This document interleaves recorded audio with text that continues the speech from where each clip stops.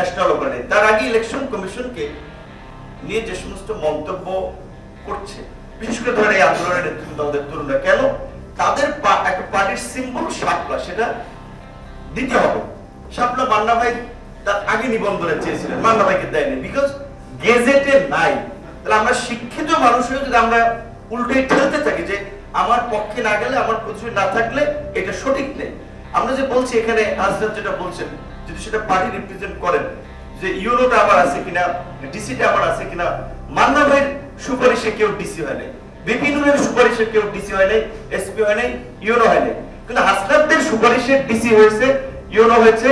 তুমি একটু পরে বলো, পরে বলো। না না না, এখানে পরে বলো, তুমি একটু বলো, পরে বলো না, তুমি পরে বলো না। আপনি এখানে আমাদের সুপারিশে একটা, আমি এখানে মিডিয়ার সামনে একটা পত্রিকা অফিসে বলছি, একজন কোন জায়গায় যদি দেখাইতে পারে যে কোন জায়গায় সুপারিশ করেছি এসপি নিয়োগ দেওয়ার জন্য, ডিসি নিয়োগ দেওয়ার জন্য, ওসি নিয়োগ দেওয়ার জন্য, এসআই নিয়োগ দেওয়ার জন্য, এই জায়গায় রাজনীতি থেকে ইস্তফা দিব।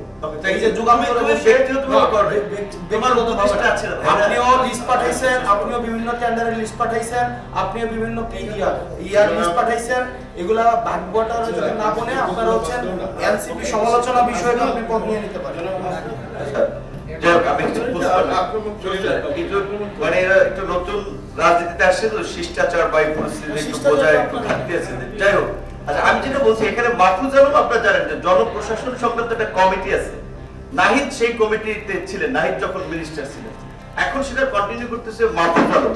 তার আগে মাহফুজ আলম প্রধান, বাংলাদেশের যে আমরা যে এককেন্দ্রিক ক্ষমতার বলয় বলছি যে সব প্রধানমন্ত্রী কেন্দ্রিক, সেই প্রধান উপদেষ্টার কার্যালয়ের বিশেষ সহকারী ছিলেন, সচিব টচিব থেকে শুরু করে বিভিন্ন পদে, এমনকি বিএনপির লাইক মাইন্ডেড আইজিপি ছিলেন, ডিএমপি কমিশনার ছিলেন, সেটা তাকে আউট করা হয়েছে। তাহলে এখানে তো মানে হাসান যেটা বলছে, এনসিপির তো প্রতিনিধি আছে, কিংবা আসিফ মাহমুদ এলজেডির মতো সবচেয়ে গভর্নমেন্টের ভারী মিনিস্ট্রি, রুট লেভেলের সমস্ত ডেভেলপমেন্ট প্রজেক্ট কর্মকাণ্ড হয় এই মিনিস্ট্রি থেকে।